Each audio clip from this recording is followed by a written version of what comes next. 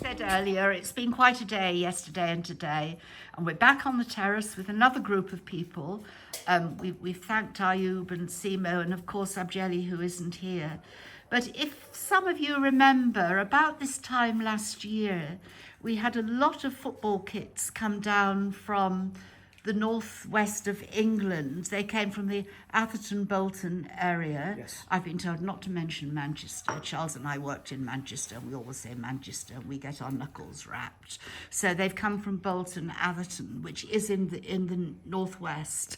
And if you remember, we had some wonderful photographs of football teams here playing football with those kits on. Now, we couldn't arrange playing football today because, God love him, Ayub's been driving for 24 hours and it wasn't possible. But the children all came over from the village and we've got some photographs and they're over the moon. You know, you couldn't have done anything better. So first of all, the person who sort of masterminds the whole thing is Vince here. Hello, Vince. Hello there. Hello again. 50 weeks since last time. 50 weeks since last time. Tell me why you do it. Well, I think I probably said last time, we do it for the adventure of it, really. It's just nice to do a bit of good along the way. We get access to masses of school uniform, but principally in the trips to West Africa, football kits. They've no use to anybody at home, but clearly they're of great use and of great value to people here. And we were lucky enough this time to bring quite a number of football boots as well, which we don't normally get, and a few footballs as well. But again, they often stay at home, but football kits are easy to come by, and they just sit in storerooms, lofts, and some even get thrown away, tragically. But we're happy, if we can, to relocate them here. And I think the magic thing as well is, Georgia here, I'm promoting us for a moment. We care very much about the community. It isn't just about donkeys. It's about bringing people together and doing the right thing in life. And I think one of the things about football is that it does bring people together. The kids here love their football. Well, we can see they're all football mad, and they know more about as much about English football as we do. We did bring some kits from a team in red, which we even bring those, of course, which seem to go down quite well. But principally, I've got to mention the teams. Bolton Wanderers, our team, sent us quite a lot of kits, and a couple of local clubs, Crossfields, who are actually from Warrington, and who have connections with Lee College. Well, they actually sent us some rugby shirts, but it doesn't matter. They're all greatly received. Well, I'm going to have a slight plug here because some of you may remember I'm in the process of writing a book at the moment. And of course, when I was a child, Crossfields were big in Warrington, which is where I was born. Yeah. And then they were eventually taken over. And it's such a joy to see children around here wearing Crossfields football They have a kits. fabulous setup. I'm not sure how many teams they've got, but they've got a large setup, and the kit they send to us is fabulous. It is. It's really good kit. And of course, you travel with Bob. Bod. You know, I call him Bob because I don't understand bot. I really don't. And I'm terribly old-fashioned. To me, he's Bob, okay? So hello, Bob, even though your name is Bot. Boddingtons, yes. And you always come over with Vince. Yeah, Tell us where you're going next. Next port of call is Goulman. next to Goulman Yeah. at an oasis. Then on to Tantan in Western Sahara. Then down to Dakar.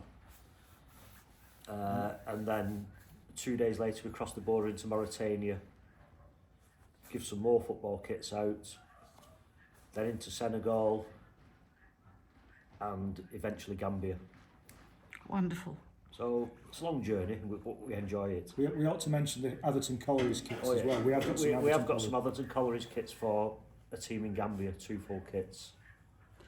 And So that'll be a good experience to give those away. I mentioned earlier when I was talking to Ayub, I hope His Majesty is actually watching this video, because I think they do get sight of our videos from time to time. And I really want the royal family and the government to know how much we all care about Morocco, and we have built a community here that would have been unheard of many, many years ago. And it was such a joy. We put photographs on as well to have the Moroccan children here and everyone mix on equal terms. You know, these are not Europeans coming from England to graciously give out gifts. These are English working people meeting Moroccan working people, and that's the magic, and it's wonderful. And of course I'm going to embarrass her hugely, because here's my huge great friend Beverly, who's over this year as well, and we go back a long way, don't we, Bev? We do. We do. Long before I ever came to Morocco. I think we're both fighters in our own right. Absolutely. Yeah. But Bev actually was a prison officer.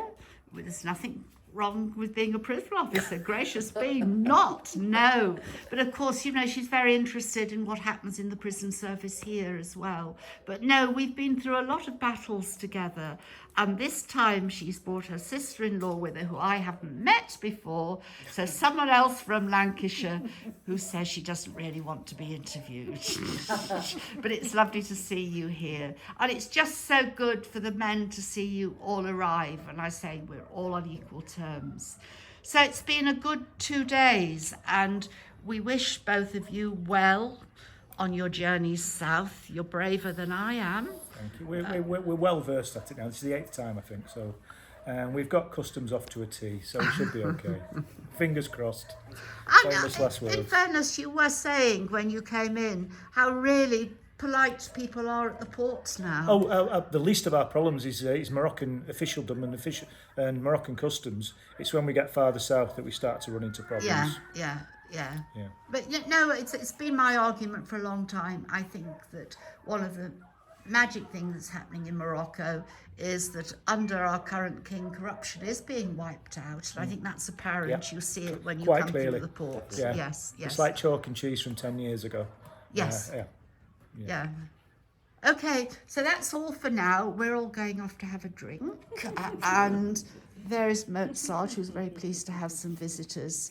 So we'll put all this together as part of a YouTube, and thank you for watching. Bye. Hello everybody, this is Susan here, and yesterday was a huge day for us for several different reasons. Firstly, we knew of donkeys up in the northeast of the country, a 9-hour drive away, possibly more, and Ayub and Abjeli is still in bed, sleeping it off, were prepared to go up there and bring the relevant donkeys back. And I just want to ask them some questions, which I'm going to do in a moment. This has been monumental for us because we have done what people thought was impossible. And I'll explain why that is important in a minute. So first of all, here's Simo, and Simo of course has been here since day one, and although it's very often Ayub who gets the credit because he's driving the truck and he looks good on a camera, it's actually Simo here who kept the show on the road and was ready to receive the donkeys back this morning and oversaw the vet coming. Now first of all, I'll go to Ayub. Ayub, you're unprepared for this. I'm going to ask you some questions. Why did you agree to go? No, why for this donkey, it's broken leg. Speak up. For this donkey, it's broken legs, you know, and he's living in this street every day, no food and no water. When I be there, I found it another 4 donkeys. One had a cancer in his face. It's terrible. Yes. And you felt you had no alternative but to bring them back? No, That was your decision. no. Your decision. And we support you to the hilt. We don't know how you did it. That you and Abjeli were driving all day and all night solid.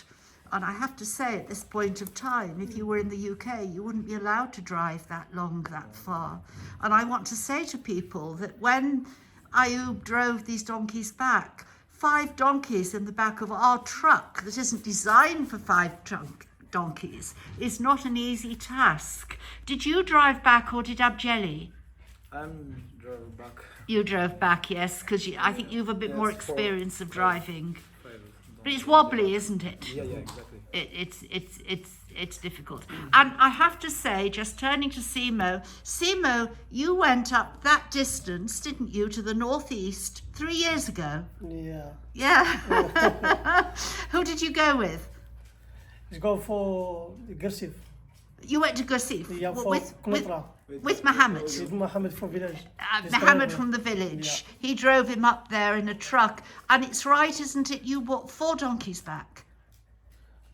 No, it's one donkey. Before it's Ayub and Mohammed go for donkey.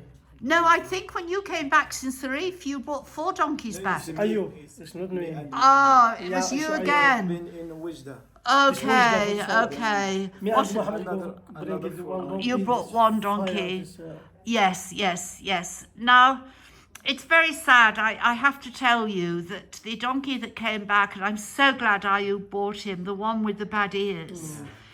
We thought at first that it was maybe fire because we've already had a donkey here who'd had his ears set alight. Here, yeah. But it isn't, is it? Now, Simo, what did the vet say? It's better you come today. You see, maybe tell him it's cancer this one. It's a not cancer. fire, yeah. You tell him live in this 5 days. Check. Right. Medication and cream. This one. But he's going to try and save him. Yeah. And we'll get him some painkillers in. Painkillers as well. Yeah.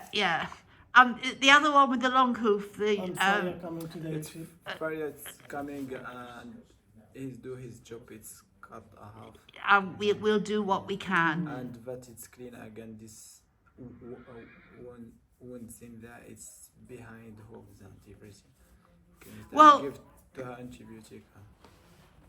I have to say, on behalf of everybody, it's very easy for me to sit here and organise it all, but it's you that has to go and do it. And we are in awe of both of you and of Jelly, who have given so much for these animals, and it's for people as well.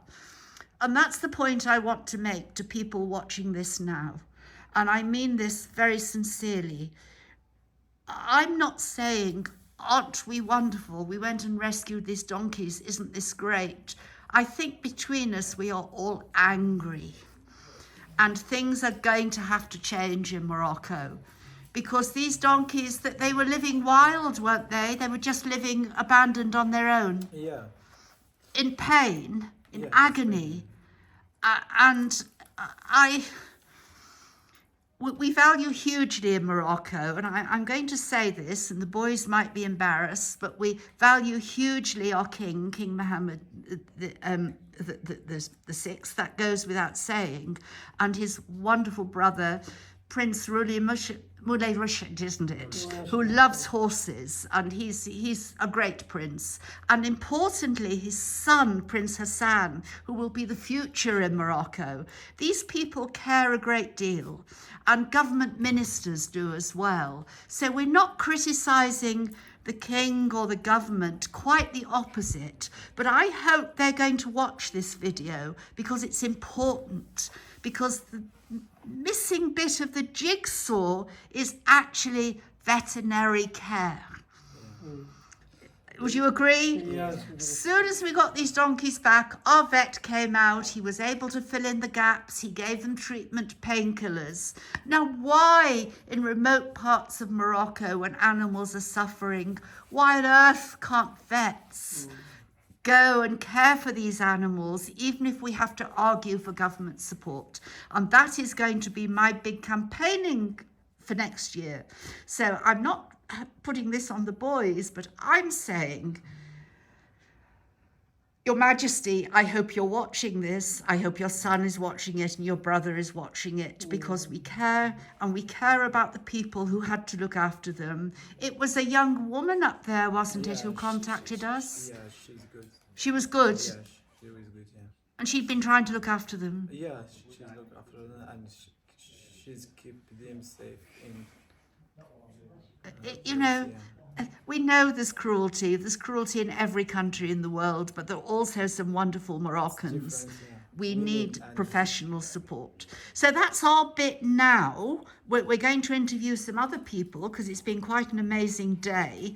Ayub hasn't had much sleep and he organised a lot of children to come over to receive football kits that have been brought over from the, I mustn't say Manchester, I was told, the Atherton Belton region. I'll tell you about that in a moment. Yeah. Is that okay? Yeah. not Just a- I want to take them. We brought a fair donkey. No, the donkey. One it's broken leg and one has a cancer in his face Right. and one it's lost a hoof. Hoof. Yes. Yeah, And one for mosquito baby. and two babies as well. Okay. But Simo, you've got it under control in terms of treatment. Treatment, yeah. And we're going to try, we're not putting them down yet, we're going to try. No, it's not down, it's trans. Yes, Inshallah, yes, yes, inshallah. yes. All I can say again is thank you. Yeah, please. Thank you.